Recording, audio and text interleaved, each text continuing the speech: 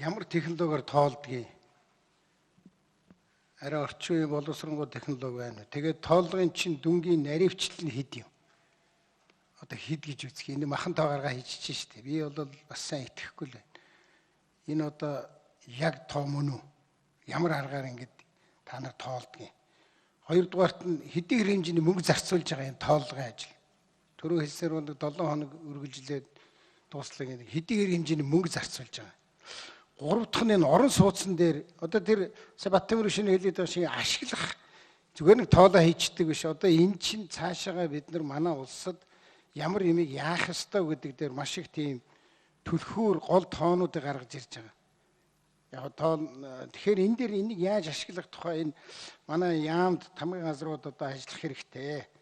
Би тэрний олон ашиглалтаас энэ орон сууцны тухай нэг юм тодруулаад өгөөч. Орон сууцны тооллого гэдэг яг юу хийчихэд одоо эн чинь бид нар боловсон орон сууцнд амьдарч байгаа нь хэд байна? Гэр хороолол дэд үтцгүй нөгөө нойл мойл гадаа байгаа хэд байна гэдэг ингээд нэг наривчилсан юм байна уу? Эндээс чи бас бид нар бодлого гаргана л да. Тэгээд өмнөхтэйгээ харьцуулахад ер нь яаж өөрчлөгдөж байна? Тенденц, тренд нь яаж байна? Энээс үндэслээд бид одоо ямар бодлогоор яах юм бэ гэд ингээд гаргах ёстой. Дахиад хот биш аймгийн төв дээр ингэмээр байна. За сумын төвшин дээр хэрэггүй байх л да. Нэг иймэрхүү нэг хідэн тоо хэлж өгөөч. Энэ орон сууцны тооллого гэдэг давхар хэлсэн шүү дээ.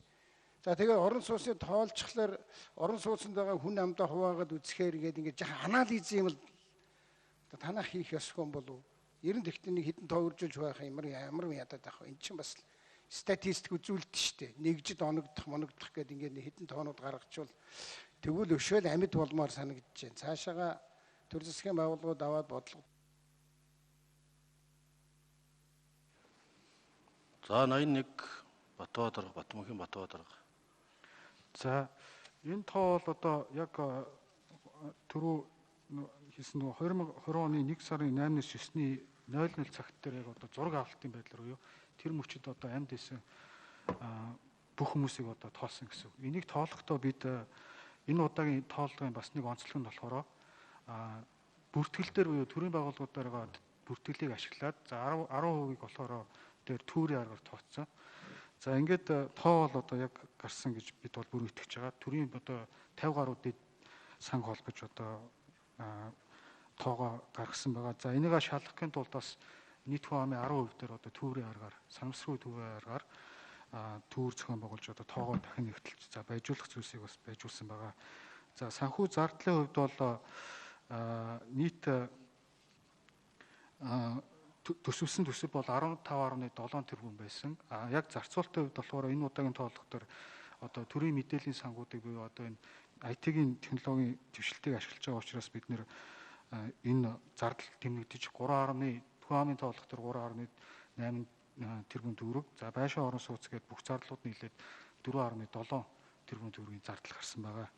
За орон сууцны нөхцөлийн хувьд бол нийт хүн амын 60.5% нь одоо байшинд амьдарч байгаа гэсэн. За энэ дотроо ингээ үзэхээр бол яг орон сууц буюу дэд үтсэнд юутай амьдарч байгаа хүн амын тоо бол 29.5% байгаа. Ер нь орон сууцнд амьдарч байгаа өрхийн тоо бол өнгөрсөн 10 оны тооллоготой харьцуулахад бол бараг 100-аад мянгаар нэмэгдсэн юм үзүүлэлт гарсан. Тэгээд энэ орон сууцны тооллогын үр дүнг бол таны яг хэлдгээр одоо ашиглах боломжийг олох тус үднэс нөгөө газар зүйн мэдээллийн сантаа уялдуулаад яг бүсээр нь одоо нийт хүн ам ямар одоо сууцанд яг хаана амьдарч байгаа ингээ байршлын тогтоогоод одоо энэ дээр үндэслээд бол хот төлөлтөлд орон сууцны бодлогыг одоо хэрэгжүүлэх боломжуудыг бас олгосон байгаамаа. За баярлалаа. За алтан үе гишүүн, Норвын алтан үе гишүүн нэмэлт асуулт асууж тодруулнаа. Яг одоо Улаанбаатар хотод гэр хороолол гэдэг энэ категориор яг хичнээн өрхөн хичнээн хүн амьдарч байгаа гэдэг тоо гаргав та нар. За 81 Батбаатар хариулна. Тэр зардал хичнээн төгрөг хэмжигдсэн танаас ч бас технологи ашиглаад 4.5 тэрбум болов төгрөг хэмжигдсэн гэж ярьж ирсэн. Тэр зардлынхаа өмнөхөөс хэд гарсан тэрнийг тодруулж хариулъя. Хоёрдугаарт тоолгоорч бүгд нарийн авчлан гарч байгаа шүү дээ. Тэр 3 сая 296,866 хүн байна Монгол улсын. Тэрний чинь хэдэн орон сууцсан тэрийг бүгдийг гаргацсан шүү дээ тийм ээ. Тэгээд тэрнийг наривчилж юм харж ижил хэлэх баг. Тэр тоонуудаа бас наривчилж хэлхийг Алтан уугийн гишүүн асуугаад байна. 81 Батбаатар.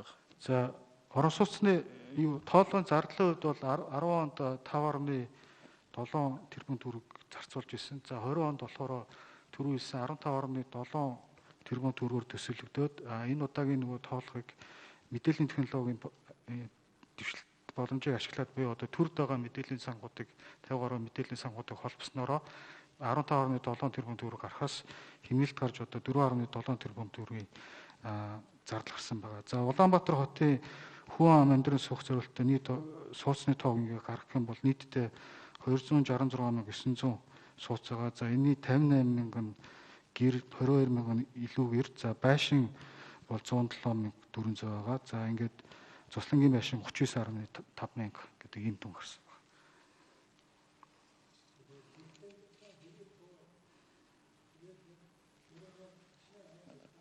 Гэрт амьдарч байгаа хүний тоо Хэдэл 81 инч 770.9 мянган сууцанд 897.4 мянган төгрөг амьдарч байна гэсэн шүү дээ. Яг наривчлалтай тоогоор. Нийт 342,409 өрх одоо гэрт амьдарч байгаа. За өрхийн дундаж хүний тоо бол 3.6 гэхээр энэ бол сая 1,200 хэвцээ.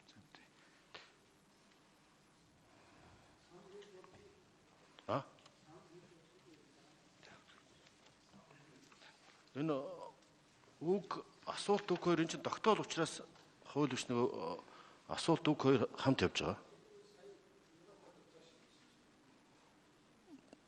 За Алтан уугийн гишүүн нэмэлт 1 минут. Тийм байгаа мó. Дэмжсэн дэмжээгүй үг байхгүй чи нөгөө зүгээр танилцуулж. Тэгэхээр эндээс хэдүүлээ бас юм ойлголцсомор юм байна. Одоо ингээд би ингэж ойлголоо шүү. Ерөөсө төрийн мэдээллийн санг ашиглаад тоолчихж байгаа юм байна. Тэгээд тэрний нэг 10% орчмыг нь бол тодруулах хийчихэж байгаа юм байна. Тэгэхээр одоо үүнээс хойш түүнээс цааш энийг хэрн 5 жил гэдэг юм юу байгаа юм бэ? Төрийн мэдээллийн сан чинь ингээд ийм хэлбэрт ороод мэдээллийн технологи хөгжил ингэж байгаа юм бол жил болгол энэ чинь сайн гаргаад яваад байвал зардалж байхдаа найдвартай болох юм биш үү? Надад ийм бодол төрж байна. Одоо тэр нэг дээр үеийн арга барилыг өөрчлөе. 5 жилд нэг тоолно яа гэнэ.